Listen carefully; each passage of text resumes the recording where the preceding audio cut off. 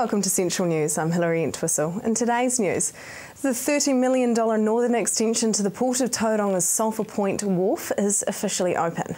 The project, including a 170-metre wharf extension, installation of a Superport Panamax gantry crane and new straddle carriers, was officially opened by Prime Minister John Key yesterday.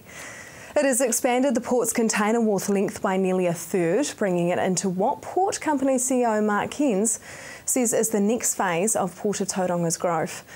The capital expenditure program also includes the installation and commissioning of a new Laipur Superpost Panamax ship-to-shore twin-lift gantry crane, bringing the number of the terminal's containers cranes to 6. A new study has revealed that 42% of preschool-aged children's teeth in the Waikato region show signs of decay. Waikato DHB statistics show that on average, children with decay have 5 teeth affected. To fix 5 teeth is likely to require 2 to 3 hours of dental care, which is a big ask for any preschooler and risks creating an anxiety around dental care that may last a lifetime. Service Manager Diane Purville says parents need to check that they're doing the right things at home, as tooth decay is almost entirely preventable. The statistics show that Waikato children have got a high level of decay in their teeth. 1 out of 2 preschoolers is carrying decay in their teeth, and those children with decay have got a very high level of decay. To find out more information, it's available on the website www.letstalkteeth.co.nz or by phoning our free phone telephone number 0800 Talk Teeth or 0800 825 583.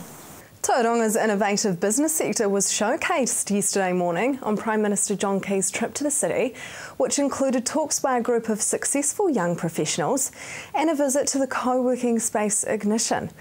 John, who visited Tauranga yesterday and opened the Port of Tauranga's new wharf, was excited to see businesses focus on using technology to increase productivity, saying encouraging research and science for future growth was a key government focus. Tauranga MP Simon Bridges says yesterday's morning visit was aimed at showing how increasing numbers of young families moving to the region is helping to grow the Western Bay.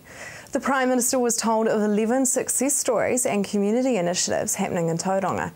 This included a talk from Mount Maunganui-based PowerSmart General Manager Roger Simons about the company's success installing solar power systems across New Zealand and Tokelau as the first country to go completely solar.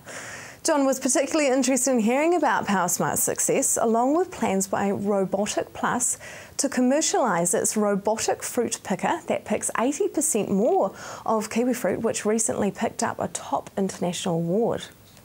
Now for our region's weather for the weekend. Hamilton, your Saturday will have fine spells with a chance of an odd shower and southeasterly breezes. Your expected high is 19 and an overnight low of 6.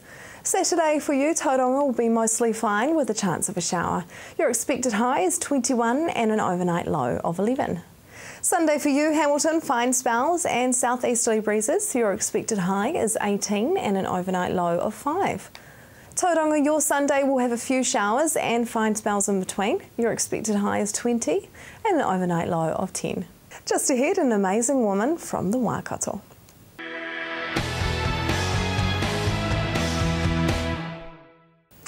Welcome to Central News on TV Central. One Hamilton woman raising 2 children while completing her Masters has also racked up awards at this year's Te Matatini. A Wonder Woman of the Waikato, Tiare, tells us how it's possible. Tell me what awards you and your team won at Te Matatini. We were lucky enough to come away with 5 aggregate awards.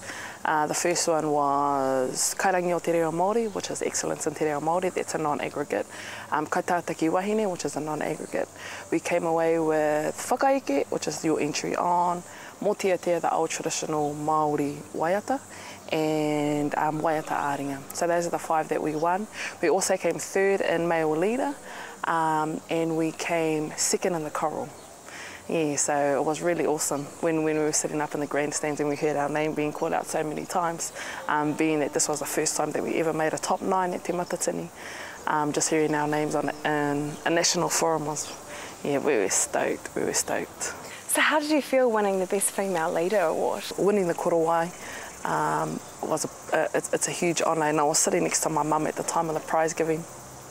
And when I won, she grabbed my hand and she looked at me and she said, "To God be the glory." And I suppose I know that I couldn't have done it without him. And this is just a way for me to glorify his name. Yeah. For those who don't know, what is Te Matatini? Te Matatini is like the World Cup of Kapahaka. It's a national competition where every region in Aotearoa and even some from Australia, they come over to the competition, and you have to first qualify at a regional level. Once you make it through partial regionals, then you come through to Te Matatini, which is the national competition. It's a competition where 41 teams gathered in Rotorua, and we all battle it out.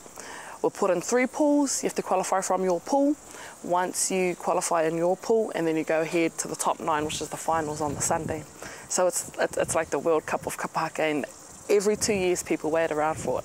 So after prize giving in Rotorua, the next Matatini is in Christchurch, and people are just waiting and can't wait for the competition. It's an awesome kaupapa. It's an awesome kaupapa to bring Māori people together. It's an awesome kaupapa to practice tikanga and reo on a national stage where it can be televised and, put out there for the world to see. So it's a really awesome kaupapa. 41 teams enter, then you qualify to a top 9. From the top 9, you get your ranking from 1 to 9. So yeah. Can you tell me a little bit about your group, Te Iti Kahurangi? Te Iti Kahurangi, we are a 40-a-side kapahaka team, and we represent Waikato. 40-a-side, so there's 40 members that can perform on the stage for competition reasons. So that's one of the rules. But our whānau is a lot more bigger. We'll have about 60 to 70 people within our whānau. And we're a 40-a-side kapahaka team that represents the Waikato, that represents the king at regional level as well as the national level. So we've got members that come down and we practice for so many months, 6 to 9 months for a campaign.